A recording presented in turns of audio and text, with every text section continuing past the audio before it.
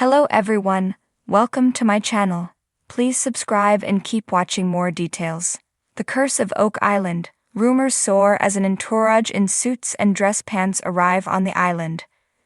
There are mysterious happenings at the Curse of Oak Island as a large number of people turned up on the island this week dressed in suits, white shirts and dress pants. Were the Fellowship of the Dig having a celebration? Have they found the treasure?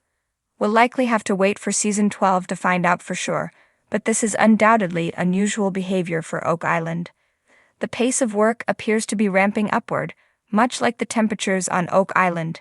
There has been a flurry of activity in the last few weeks, with building and digging work progressing at Smith's Cove and in the swamp. In the last week, dump trucks have also been transporting stones toward the island. They must be building something.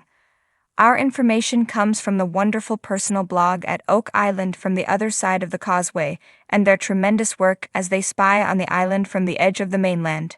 In a post yesterday, the blogger pointed out that despite soaring temperatures, some unusual-looking people have arrived on the island. They wrote, "Quite the entourage arriving on Oak Island late this afternoon. 33C/91F, and all dressed in suits, vests, white shirts and dress pants.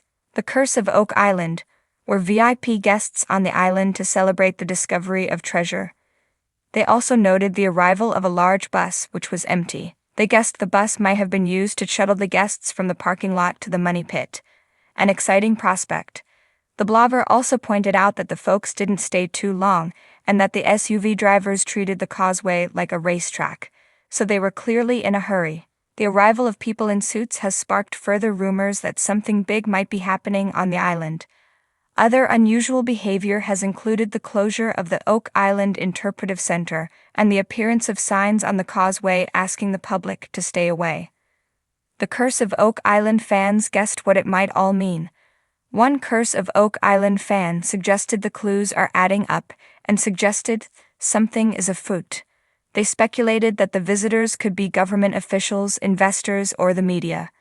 A second fan speculated that the Fellowship might have recovered the Holy Grail or the Ark of the Covenant. In a likely tongue-in-cheek comment, the fan wondered if Canada, France, or the Pope might be the first to claim ownership of the ancient Christian relics. Of course, it should be stressed that these are all unconfirmed rumors, and that we'll have to wait for the start of Season 12 of The Curse of Oak Island in the fall to know for sure what is happening. The Curse of Oak Island had always been a place steeped in mystery. Its wind-swept shores, jagged rocks, and centuries-old stories of hidden treasure had a way of weaving themselves into the imagination. The promise of untold riches had lured many, yet none had succeeded in uncovering the island's secrets. Over time, it became less about the treasure and more about the curse, a relentless enigma that refused to yield. But today, something was different. It began with a buzz, an undercurrent of rumor that spread like wildfire across the Oak Island crew. It wasn't unusual for visitors to come to the island. After all, over the years they'd had their fair share of historians, fortune seekers, and documentarians passing through. Yet this group was different. They arrived in a small fleet of black SUVs, unmarked but polished to a high gloss, the kind that gleamed in the rare moments when the Nova Scotia sun pierced the clouds. There was an unmistakable air of formality as they stepped out, one by one, clad in tailored suits and dress pants. Their attire alone was enough to raise eyebrows. Oak Island was no place for formal wear, unless you were making a statement. The team, usually clad in their comfortable work gear, muddy boots and worn-out jeans, exchanged glances. Who were these people? The murmurs began almost immediately. Government officials, investors, lawyers. Rick Lagina, always the calm voice of reason, tried to quell the rising speculation among his crew, but even he couldn't suppress the knot of unease tightening in his chest. Oak Island had seen its fair share of surprises over the years, but this was a new level of intrigue. His brother Marty, more business-minded and pragmatic, was already assessing the situation, his eyes narrowed in suspicion. What was this about? As the entourage strode toward the money pit area, the heart of the island's centuries-old mystery, the air seemed to hum with unspoken tension. The crew stopped what they were doing, their tools hanging limp in their hands as they watched the procession unfold. It was almost as if time itself paused, the usual cacophony of drilling and digging falling away into an eerie silence. At the front of the group, a tall man with salt and pepper hair led the way. His face was unreadable, a mask of authority. Behind him, others followed, some carrying briefcases, others with tablets, their faces lit with the glow of information that seemed far too important for anyone else to know. One woman, striking in her navy blue power suit, had a look of sharp determination, her gaze sweeping across the island as if she were cataloging every inch of it. Rick approached, his boots crunching over the gravel. "Good morning. Can we help you?" His tone was polite but firm. Whoever these people were, they were on his island now. The man in the lead smiled thinly. It wasn't a warm smile. "I'm sure you have a lot of questions, and we'll get to them. But first, we need to talk." He gestured toward the small makeshift office trailer that sat near the excavation site. Marty stepped up beside Rick, his hands on his hips.